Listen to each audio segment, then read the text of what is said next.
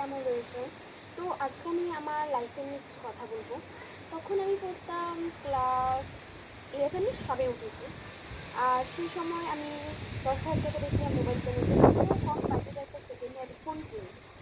আর second hand ফোনটা কেনার পর আমি একটু কষ্ট করে একটা আমাদের পাড়ার দাদার কাছে মানে ইউটিউব চ্যানেল খুলি। আর তখন আমার পরিবারের কেউ ইউটিউব চ্যানেলে ভিডিও বানানোর পছন্দ করতো না। তো আস্তে আস্তে আমার যখন 10K সাবস্ক্রাইবার হলো, তখন আমি অনেক মানে আর কি বলবো, একটা আশায় ছিলাম। মানে আশা ছাড়া তাই কি যে 10K হয়ে গেছিলো, আর আমি একটা সাবস্ক্রাইবও বাড়েও নি আর কমেও নি। তখন এবারে আমি ভাবলাম না, চেষ্টা করি ডেলি ব্লগ ছাড়ি। তো একদিন আমার 1 লাখ সাবস্ক্রাইবার ইউটিউব চ্যানেল, যখন আমার 1 লাখ সাবস্ক্রাইবার হয় তখন আমার কাছে একটা সিলভার প্লে বাটন আছে। তখন সেটা থেকে আমি রোজ 50,000 টাকা মানে মাসে মাসে 50,000 টাকা করে রোজগার করতে আসি।